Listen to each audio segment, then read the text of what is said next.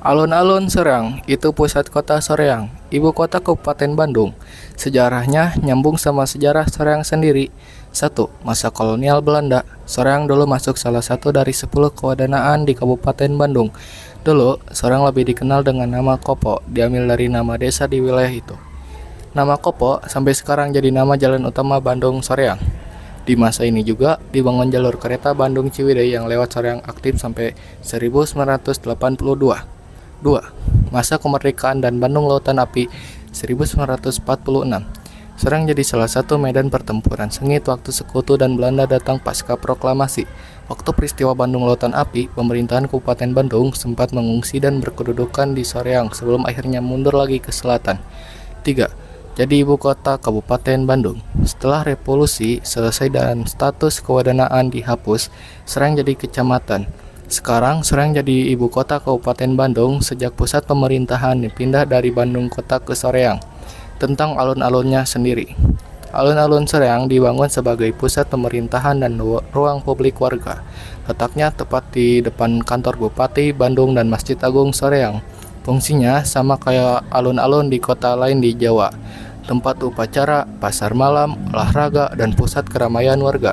Kalau kamu mau detail kapan persisnya alun-alun ini dibangun dan direnovasi, besar-besaran infonya agak minim di sumber umum. Biasanya renovasi besar dilakukan pas Soreang resmi jadi ibu kota kabupaten sekitar 2000-an. Assalamualaikum warahmatullahi wabarakatuh. Di sini saya sudah sampai di tempat alun-alun Soreang. Dan di sini juga saya akan memperlihatkan bagaimana suasana yang ada di alun-alun Soreang.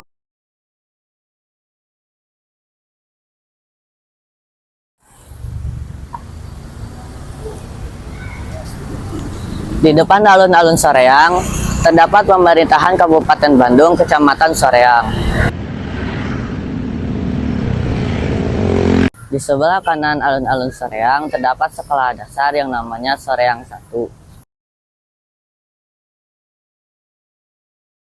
Di alun-alun Soreang juga terdapat banyak jenis jajanan.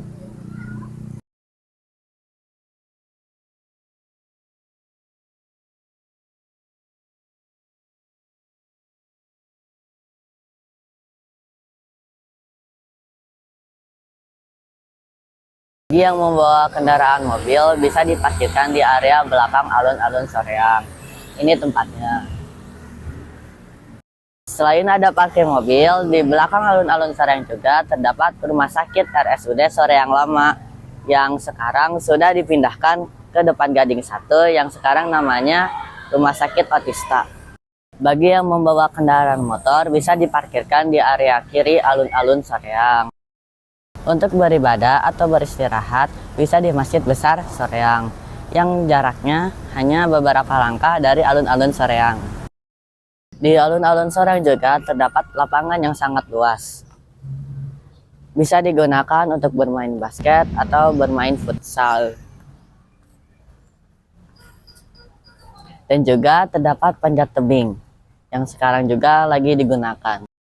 Nah, setelah berkeliling-keliling, di sini juga saya penasaran bagaimana dengan pendapat seseorang mengenai alun-alun Soreang. Yuk, kita tanya seseorang.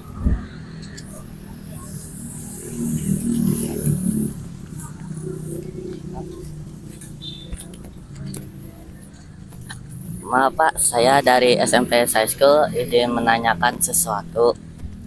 Sebelumnya Bapak atas nama siapa ya? Pak Asep. Asep. Izin ya Pak.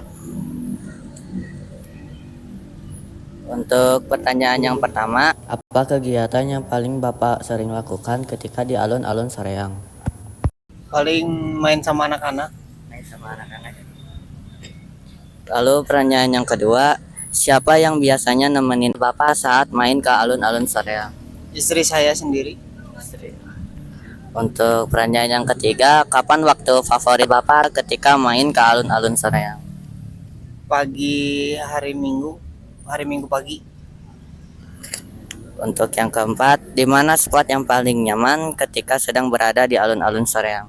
Paling sebelah sana tuh, yang ada saung tuh. Kedua ya Pak. Ya.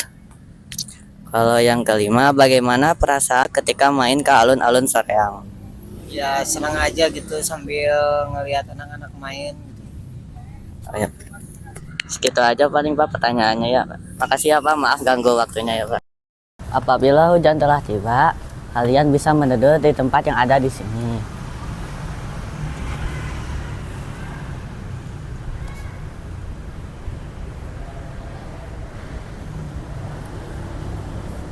Dan juga ada tempat WC umum yang ada di sebelah sana.